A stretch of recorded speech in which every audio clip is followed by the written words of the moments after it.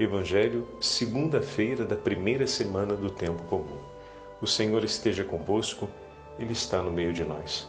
Proclamação do Evangelho de Jesus Cristo segundo São Marcos. Glória a vós, Senhor. Jesus foi para a Galileia, pregando o Evangelho de Deus e dizendo: o tempo já se completou e o reino de Deus está próximo. Convertei-vos e crede no Evangelho. E passando à beira do mar da Galileia, Jesus viu Simão e André, seu irmão, que lançavam a rede ao mar, pois eram pescadores.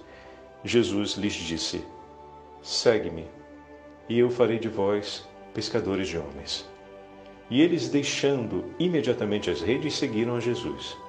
Caminhando mais um pouco, viu também Tiago e João, filhos de Zebedeu. Trabalhavam na barca consertando as redes, e logo os chamou. Eles deixaram seu pai Zebedeu na barca com os empregados e partiram seguindo Jesus. Palavra da salvação. Glória a vós, Senhor. Segunda-feira da primeira semana do Tempo Comum, em nome do Pai, do Filho e do Espírito Santo. Amém. Queridos irmãos e irmãs, ontem nós concluímos o tempo do Natal com a celebração da festa do batismo do Senhor. E todos nós cristãos, em todos os lugares do mundo, fomos chamados ao ato de renovação das promessas do nosso batismo. E desse modo tivemos a oportunidade de bendizer o nome do Senhor por tamanho dom que recebemos, por meio do sacramento do batismo, fomos introduzidos no povo eleito do Senhor e recebemos a adoção filial. Cristo nos foi entregue, fomos unidos a Ele, recebendo a plenitude do Espírito Santo, e como meditamos já em outros momentos, a Santíssima Trindade agora habita em nós. Antes, se estávamos entregues à consequência e às dores do pecado, agora Cristo nos libertou e abriu para nós as portas do paraíso. O céu é o nosso destino. Você não caminha nessa vida sem rumo. Você tem um destino. Nós caminhamos nessa vida em direção a um porto final, a um ponto de chegada. Caminhamos nessa vida em direção a uma cidade, a Jerusalém eterna. Se nós não tivéssemos um destino, ou seja, uma destinação aonde chegar com a nossa vida, realmente estaríamos perdidos no mundo. O que acontece é que muitas pessoas se sentem perdidas no mundo, mesmo tendo um destino já declarado, destino final para suas vidas já declarado pelo batismo, porque não nos basta somente saber que por meio do batismo fomos chamados a participar da eternidade no reino dos céus. É preciso que nós tenhamos o quê? Um itinerário de vida, ou seja, para que eu conquiste um destino, é preciso que eu estabeleça uma rota de viagem. Por qual estrada passar? Passando por uma estrada pior, as chances de ter problema no carro é grande. Então, mesmo que você tenha, por exemplo, numa viagem até uma cidade mais distante, vias secundárias, nem sempre convém, porque o estado de conservação dessas vias ou a possibilidade de você ter assistência durante o seu período de viagem, passando por essas vias, é muito grande. Então você pode quebrar um carro, você pode furar um pneu, você pode ter um problema a mais e não vai ter de onde receber assistência. Então, às vezes, mais vale pegar as vias principais do que vias secundárias. Às vezes a viagem é muito longa e a gente define que vai ser preciso fazer um pernoite na estrada. Então, ao invés de seguir pela estrada principal, nesse determinado ponto e horário, eu saio para uma estrada secundária, onde ali posso, em um lugarejo tranquilo, ter um lugar onde passar a noite com a minha família. E depois, no dia seguinte, retomamos a estrada e seguimos caminho. As provisões que vamos levar, seja de água, seja de comida, né? Os instrumentos que nós vamos levar conosco, seja para a manutenção do carro, seja para o ambiente onde iremos. Às vezes é uma casa de férias e a gente precisa levar roupa de cama, roupa de banho. Às vezes é um lugar onde já tem tudo isso. Em outras vezes a gente vai e leva para poder partilhar com a família que nos acolhe algumas coisas da nossa cidade, da nossa terra. E desse modo, fazemos um itinerário. todo o gosto, o entusiasmo e o empenho para a preparação do itinerário está diretamente ligado à satisfação e ao gozar dessa espera.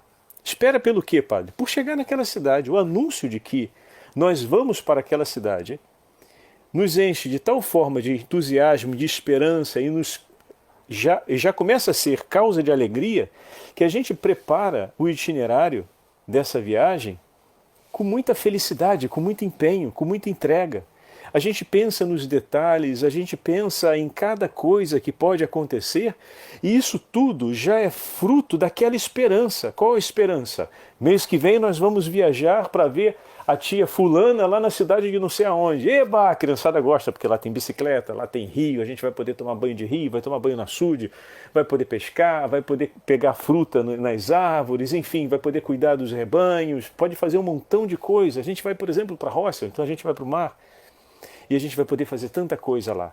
Aquela certeza, as portas estão abertas, o lugar bendito nos espera, nos entusiasma na preparação do itinerário. Então a exigência do itinerário, porque nem sempre, imagina se a gente está saindo, por exemplo, de um Rio de Janeiro para ir a Maranhão, ou para ir para uma região de Goiás. A estrada é longa. Não é que vai ser uma viagem tão simples, é uma viagem cansativa para o motorista, é uma viagem que pode ter um certo nível de desconforto para os passageiros, mas saber que as portas estão abertas e que aquele lugar bendito nos espera, nos enche de coragem, nos enche de entusiasmo para preparar a jornada. Mas ainda precisa viver a jornada. E ali, para viver, vai ser muito importante a força e o vigor do nosso coração para enfrentar o que foi previsto e todos os imprevistos que podem acontecer. Será importante que tenhamos um ao outro em grande conta e estima. Vai ser importante que nos disponibilizemos a socorrer sobre as necessidades que vão surgir cada um dos que estão conosco naquele itinerário, naquele trajeto. Se um passa mal, então paramos um pouco para que tome um ar, para que possa ir ao banheiro, para que se recupere, para que tome um remédio e depois seguimos a estrada. Vai ser necessário exercitar muita paciência, vai ser necessário ser companhia para o motorista, vai ser necessário criar um clima de amizade, de eliminar toda a animosidade que possa acontecer dentro daquele espaço.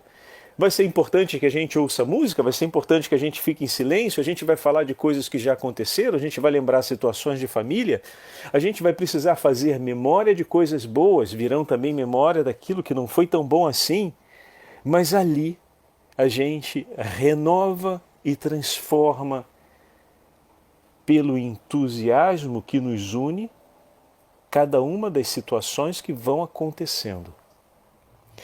O padre está narrando todo esse exemplo como símbolo da realidade que nos toca sobre a pátria eterna e a vida eterna. Se nas experiências cotidianas de família conseguimos observar isso com tanta evidência, quanto mais, meus irmãos e minhas irmãs, no olhar da nossa vida para aquilo que Deus nos prepara, que é a eternidade. Nós temos um destino último, a vida eterna no reino dos céus. E é a certeza de que esse lugar santo e bendito está com as portas abertas, nos esperando. E que Cristo Jesus, que abriu essas portas, é aquele que diz: eu vou viajar com vocês. Rapaz, isso daqui já era para dar todo o entusiasmo que a gente precisa.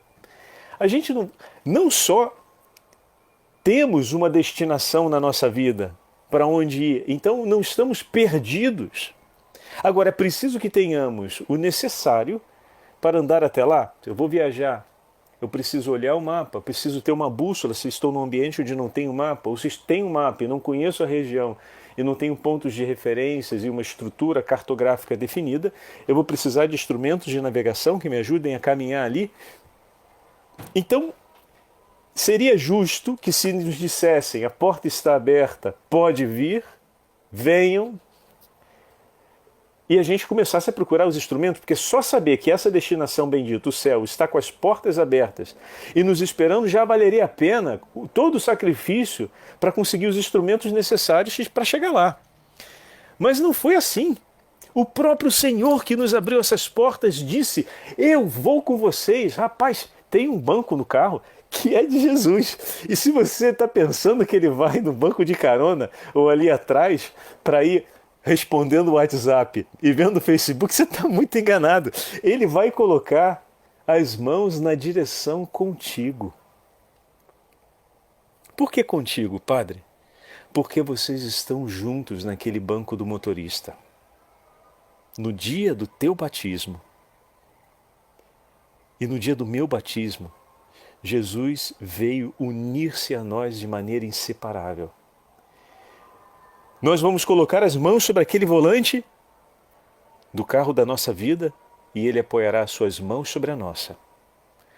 O nosso coração vai bater agitado por causa do desafio que temos, porque mesmo tudo preparado, a gente precisa tomar a estrada. Então dá aquele friozinho na barriga e aquela batida a mais no coração. O teu coração acelera e o coração do Senhor te acalma, porque eles estão ungidos para baterem juntos, numa mesma sintonia. Por isso nós não estamos perdidos sem um destino nesse mundo. E também nós não estamos sem orientação. Temos aonde ir e temos aquele que é o caminho, que nos leva até esse destino bendito que é o reino dos céus que está aberto por nós. Isso é maravilhoso. Maravilhoso. Meu irmão e minha irmã, você não está guiando essa família sozinho. Você não está guiando esse povo que o Senhor te confiou sozinho, essa pastoral que o Senhor te confiou sozinho. E nós não devemos guiar para outra direção que não seja para o céu. Muitas vezes, porque nos esquecemos de Cristo e do nosso batismo, guiamos em direção a nós mesmos, guiamos em direção às aparentes paragens, como dizem os portugueses, que podem nos apresentar uma acolhida satisfatória, o suficiente para nos convencer de desistirmos da viagem mais longa. Isso pode acontecer. A gente começa a empreender uma viagem em direção ao reino dos céus, mas começamos a nos contentar com a ideia de vivermos bem nesse tempo. Vivemos bem nesse tempo de que modo? Sem fazer mal a ninguém, sem ambições muito altas, de maneira modesta. Isso tudo é justo e é bendito.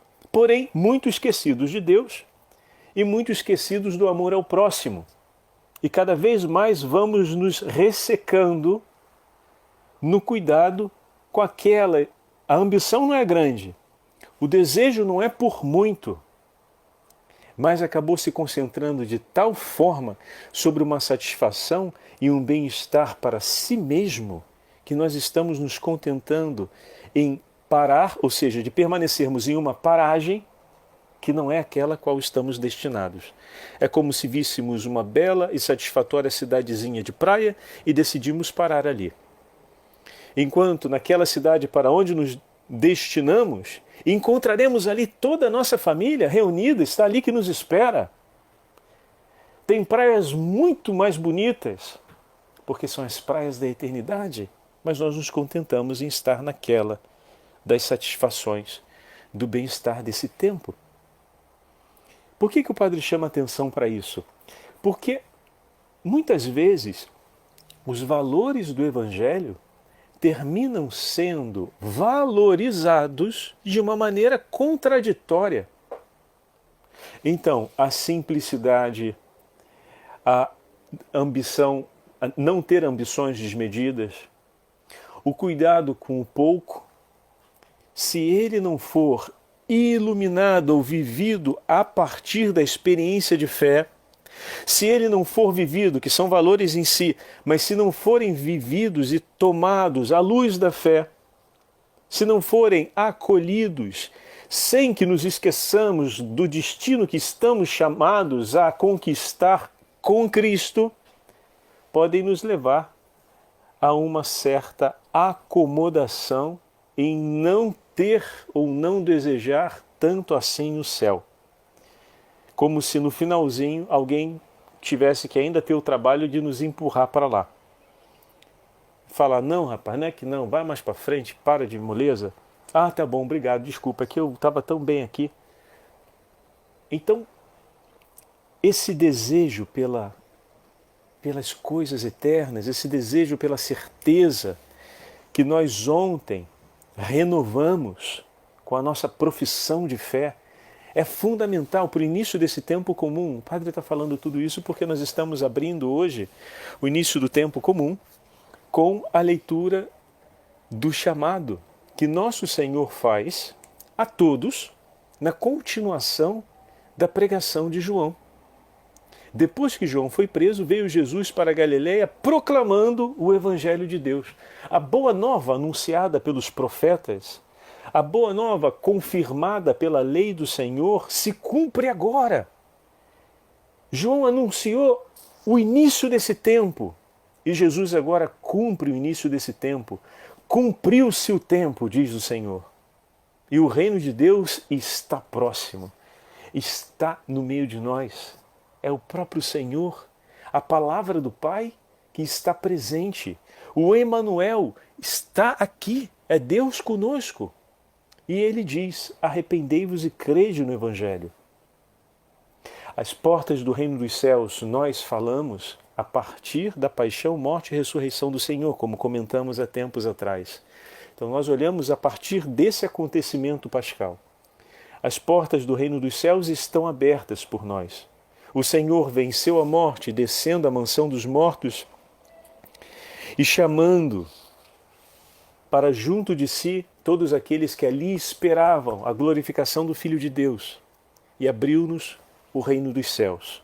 Por seu sangue derramado, ungiu-nos com o Espírito Santo, e o batismo que recebemos é um batismo no Espírito, como nos ensina o apóstolo em suas cartas, como nos ensina a igreja. Mas o compromisso sobre o dom que recebemos permanece. Qual compromisso, Padre? Aquele anunciado por João Batista. Aquele acolhido por Jesus ao entrar nas águas do Rio Jordão. O mesmo que Jesus hoje declarou no Evangelho. Arrependei-vos e crede no Evangelho. O arrependimento também é um dom de Deus na nossa vida, assim como a fé na boa nova do Evangelho. Ambos os dons que nos são entregues são tesouros preciosíssimos do Senhor, confiados a nós. O Senhor entregou o seu melhor por nós, e nós estamos entregando o nosso melhor pelo Senhor. Às vezes nos sentimos constrangidos por termos uma destinação na nossa vida, constrangidos por termos que estabelecer um itinerário, ou seja, um programa de viagem para chegar até lá, porque esse programa de viagem é exigente. Mas rapaz, que isso? A alegria por saber que recebemos um tesouro de Deus é o que deve nos mover a essa preparação. Como assim, Padre? Como nós falamos no exemplo que o Padre estava descrevendo ainda há pouco. Saber que aquele lugar bendito nos espera e está de braços abertos para nos receber, é daí que nasce o arregaçar as mangas para preparar o itinerário de viagem, o programa de viagem. É daí que, se tivesse com a porta fechada, quando se tornasse exigente preparar esse plano de viagem, a gente poderia começar a desanimar. Mas as portas estão abertas e nos esperam. De que modo a gente pode demonstrar uma gratidão que seja verdadeira e sincera por Deus? Pensem. O Senhor nos deu o dom da fé, nos deu a graça do arrependimento, dois grandes tesouros. Como é que eu posso demonstrar por ele gratidão por isso que ele me deu? Lembra aquilo que te dizia sua mãe quando você era pequeno? Comprava aquele tênis, você que era um inveterado arrebentador de havaianas, vivia colocando prego na havaiana, porque estava sempre arrebentando.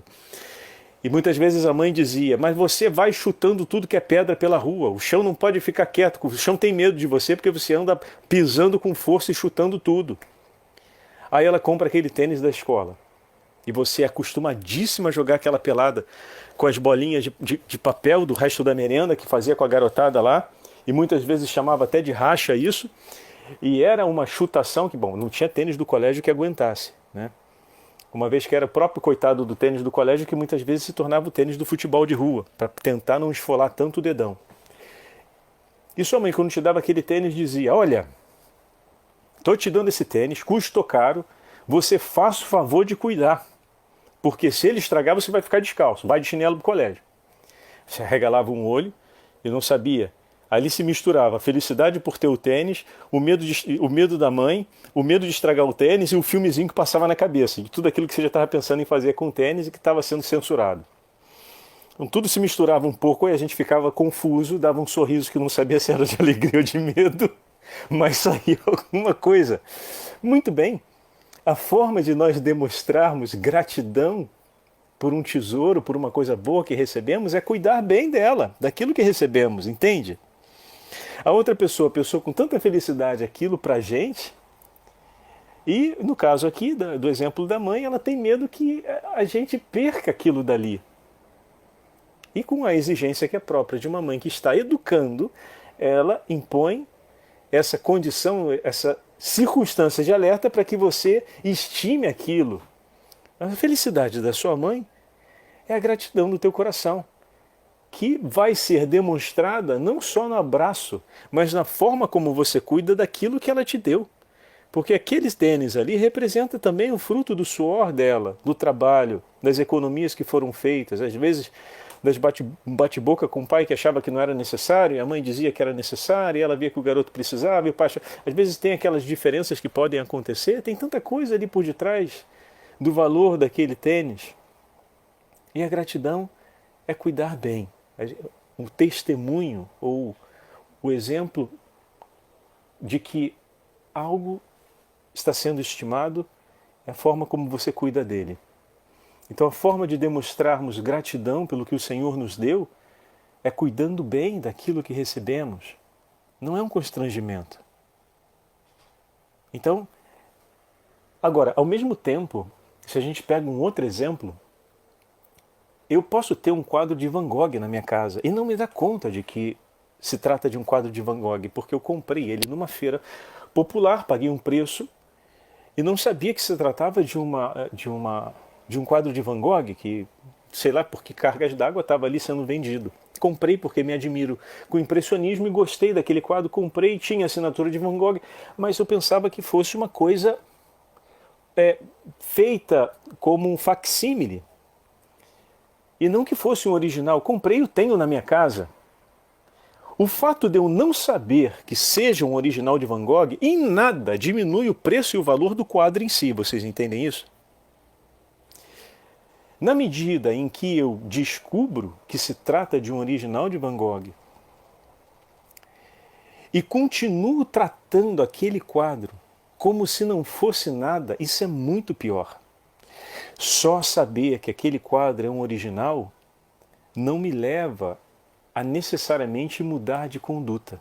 Pior do que na ignorância não saber o valor daquilo é agora que eu sei não dar estima e cuidado algum por aquilo que eu descobri o valor. Percebem? Isso é importante, porque é daqui que nasce a alegria do cristão.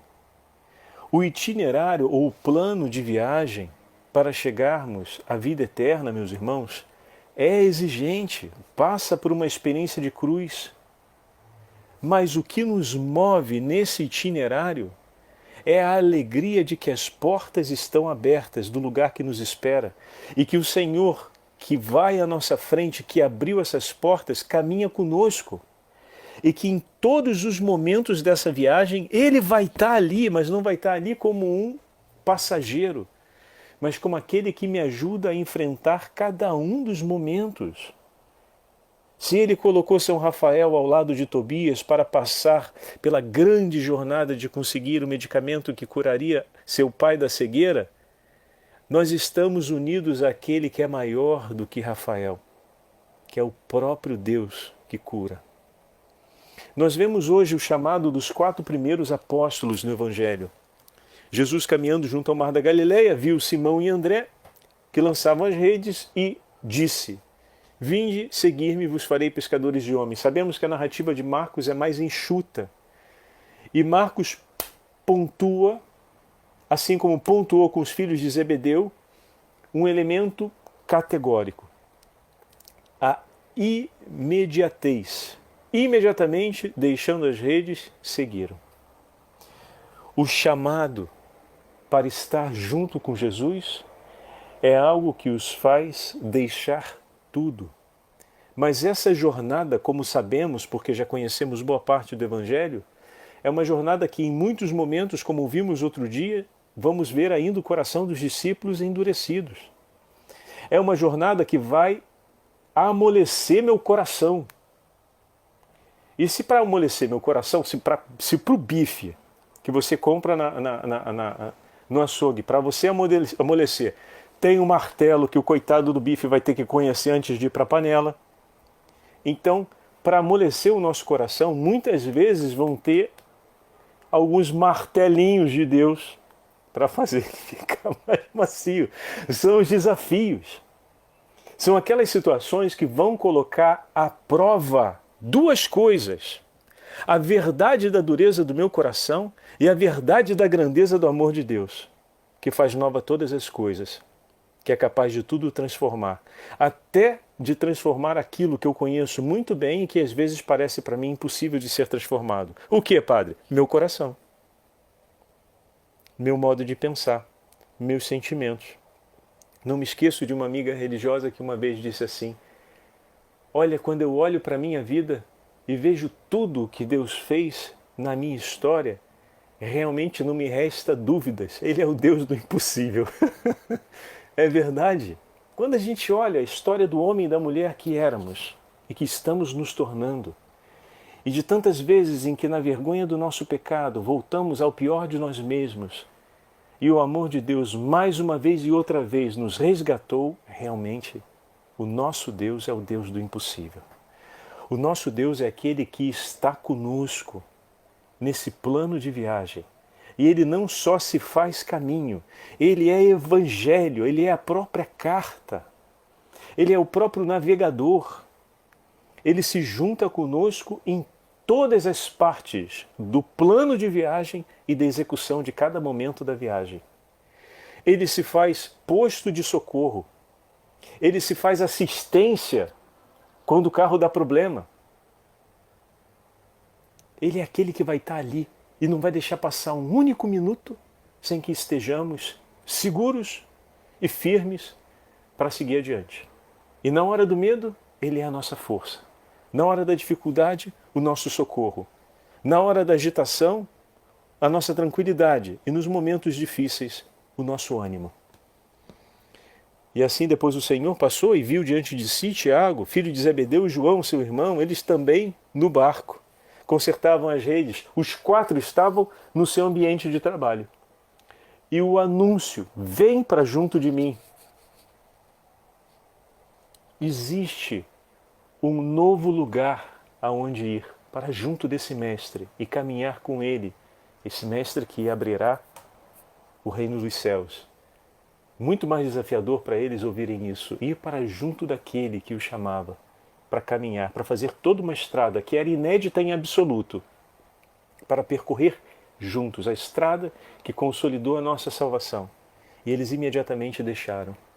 Eles abraçaram Cristo, novo itinerário de vida para eles, e viveram isso com todo o coração. E foram aprendendo muito e apanhando muito e sendo transformados. Realmente, Ele é o Filho de Deus, pois transformou tudo na minha vida.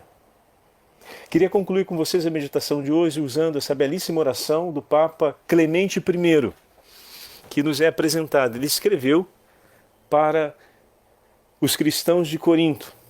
E é uma oração belíssima que nós podemos tomar como oração para o início desse longo itinerário do tempo comum que nós abrimos hoje depois das festas do Natal. Diz assim: com orações e súplicas incessantes pedimos ao Criador de todas as coisas que conserve íntegro o número de seus eleitos em todo o mundo, por meio de seu Filho amado, Jesus Cristo. Por ele fomos chamados das trevas para a luz, da ignorância para o conhecimento, de seu nome glorioso. Concedei-nos, Senhor, a graça de esperar em vosso nome, princípio de toda criatura. Abertos os olhos de nosso coração, conheçamos a vós, somente, Altíssimo entre os altíssimos, Santo a repousar entre os santos. Vós humilhais a arrogância dos soberbos, arrasais os planos dos pagãos. Elevais os humildes e humilhais os poderosos. Fazei os ricos e os pobres. Levai a morte, salvais e vivificais, único benfeitor dos espíritos e Deus de toda a carne.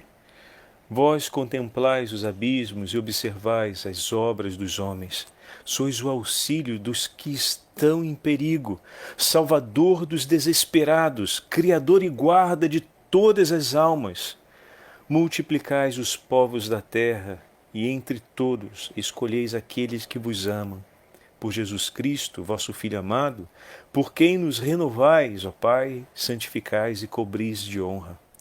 Nós vos rogamos, Senhor, que sejais nosso sustentáculo e auxílio. Libertai os nossos que estão atribulados. Compadecei-vos dos pequeninos. Lembrai os caídos, Senhor. Sustentai os indigentes, sarai os doentes, fazei voltar os que se desgarraram de vosso povo. Dai de comer aos famintos, tirai da prisão nossos cativos, erguei os fracos, confortai os medrosos. Todas as nações vos conheçam, porque só vós sois Deus, e conheçam igualmente a Jesus Cristo, vosso Filho, e com elas também nós, o vosso povo e as ovelhas do vosso rebanho. Por vossas obras, Senhor, manifestastes a perene constituição do mundo. Vós, Senhor, criastes o globo terrestre. Sois fiel para com todas as gerações, justo nos julgamentos, admirável de força, invencível, de magnificência. Sois cheio de sabedoria ao criar e prudência em firmar as coisas criadas.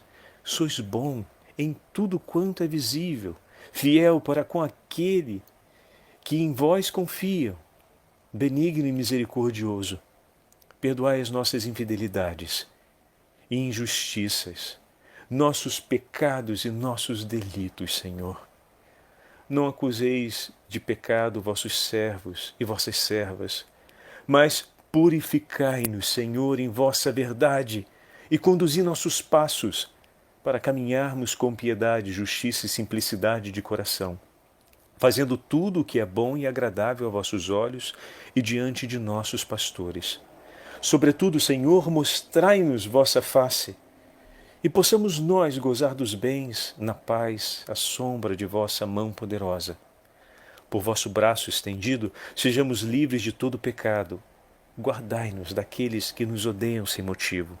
Dai-nos concórdia e paz, Senhor, a nós e a todos os habitantes da terra. Como as destes a nossos antepassados que piedosamente vos invocaram na fé e na verdade. Unicamente vós podeis agir assim e ainda maiores benefícios realizar em nosso favor.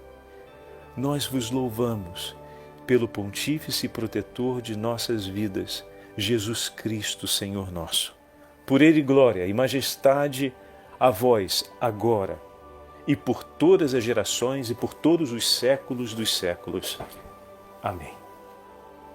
Que com essas palavras de São Clemente I, nós possamos caminhar felizes rumo à nossa destinação última no reino dos céus e que esse itinerário do tempo comum seja um itinerário de grande louvor e graça na vida de todos nós. O Senhor esteja convosco, Ele está no meio de nós. Pela intercessão de São Clemente e da Sagrada Família, Abençoe-vos o Deus Todo-Poderoso, Pai, Filho e Espírito Santo. Amém.